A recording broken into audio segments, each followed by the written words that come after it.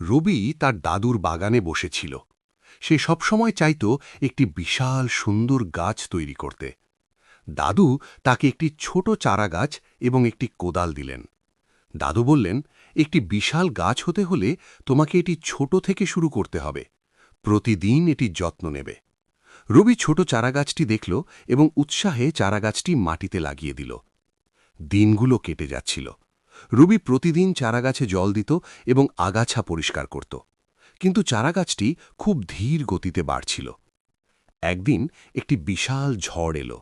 ঝড়টি রবির বাগানের অনেক কিছু নষ্ট করে দিল। রবি চিন্তিত ছিল তার ছোট চারাগাছটির জন্য। কিন্তু চারাগাছটি ভাঙেনি, শুধু একটু হেলে গিয়েছিল। রবি তার দাদুর কাছে গেল। দাদু, সে জিজ্ঞাসা করল, কেন চারাগাছটি এত ছোট? ঝড় এসে এটাকে ভেঙে দিতে পারে। দাদু হাসলেন এবং বললেন, ধৈর্য ধরো রবি। ঝড় আসে, কিন্তু শিকড় গভীরে চলে গেলে তা টিকে থাকে। তোমার গাছটি দৃঢ় হতে শিখছে। রবি আর ধৈর্য হারাল না। সে আগের চেয়ে আরও যত্ন সহকারে চারাগাছের যত্ন নিতে লাগল। সে শুধু জলই দিত না, সে গাছের পাশে বসে থাকত, গল্প করত এবং গান শোনাত। চারাগাছটি ধীরে ধীরে বড় হতে শুরু করল। একটি শক্তিশালী কাণ্ড এবং ছোট ছোট পাতা গজাতে শুরু করল।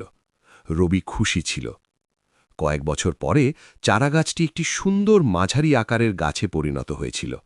কিন্তু রবি চিন্তিত ছিল, কারণ গাছটিতে কোনো ফুল বা ফল ছিল না। সে তার দাদুর কাছে গেল। দাদু, সে জিজ্ঞাসা করল, কেন গাছটিতে ফুল আসছে না? দাদু আবার হাসলেন এবং বললেন, ধৈর্য ধরো রবি, ফুল আসার সময় হবে। প্রতিটি জিনিস তার সঠিক সময় ঘটে। একদিন রবি ঘুম থেকে উঠে দেখল যে তার গাছটিতে সুন্দর ছোট ফুল ফুটেছে। সে অত্যন্ত খুশি হল। আরও কয়েক বছর পরে রবির গাছটি একটি বিশাল সুন্দর গাছে পরিণত হয়েছিল। এটি একটি বিশাল ছায়া তৈরি করেছিল এবং অনেক পাখি তার ডালে বাসা তৈরি করেছিল। একদিন রবি এবং তার দাদু গাছের নিচে বসেছিলেন। দেখো রবি, দাদু বললেন, তোমার ধৈর্য এবং কঠোর পরিশ্রমের ফল।